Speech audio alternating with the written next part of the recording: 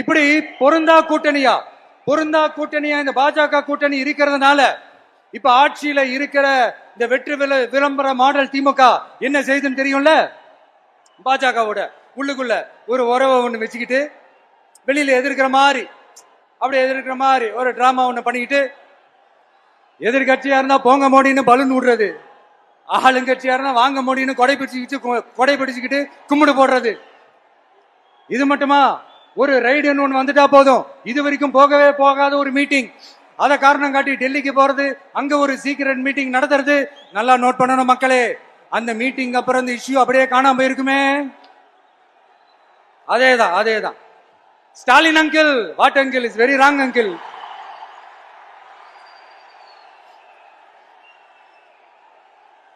இப்படி தமிழ்நாட்டுல இப்ப நடக்கிற இந்த ஆட்சியினுடைய லட்சணத்தை பார்த்துக்கிட்டு நாம எப்படி சும்மா இருக்க முடியும்? ஒரு தவறு செய்தால், அது தெரிந்து செய்தால், அவர் கபட நாடக மு.க. ஸ்டாலின் அங்கிளாகவே இருந்தாலும்,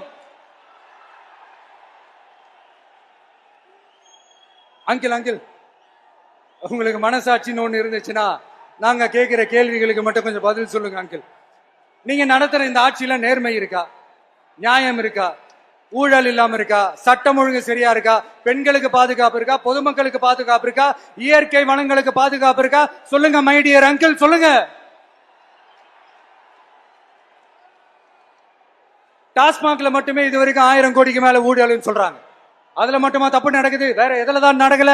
உலகத்திலே மிஸ்டர் கிளீன் ரெக்கார்ட்ஸ் எல்லாம் உங்களுக்கும் உங்க கூட இருக்கிறவங்களுக்கும் மட்டும்தான் அங்கிள் கொடுக்கணும்.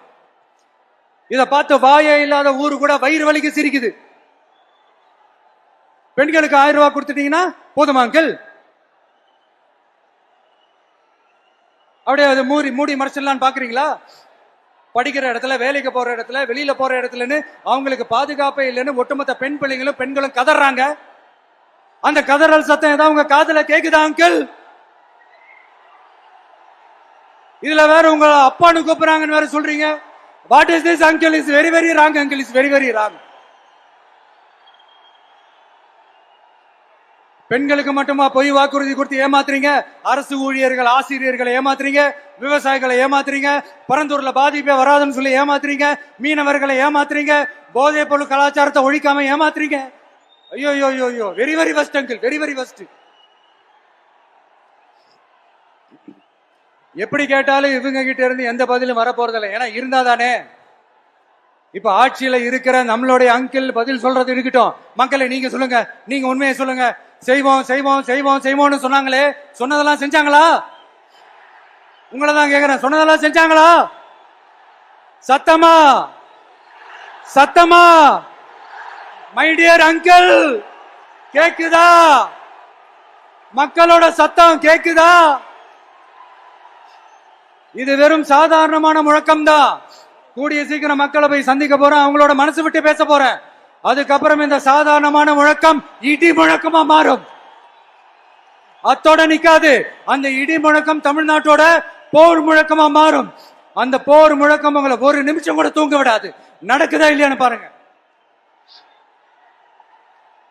என்னடா இவன் இவ்வளவு ஸ்ட்ராங்கா சொல்றானேன்னு பாக்குறீங்களா? எல்லாரும் கட்சி ஆரம்பிச்சதுக்கு அப்புறம் தான் ஒவ்வொரு வீட்டுக்குள்ளேயும் போறதுக்கு ட்ரை பண்ணுவாங்க.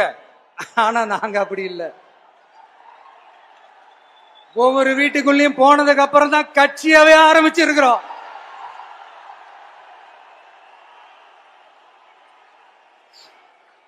அதனால ஒட்டுமொத்தமா எல்லாருமா சேர்ந்து இந்த திமுக ஆட்சிய, கபட நாடக திமுக ஆட்சிய 2026 தேர்தலில் வீட்டுக்கு அனுப்புறோம். என்ன நண்பா, சரிதானே? என்ன நண்பி, செய்வீர்கள் தானே?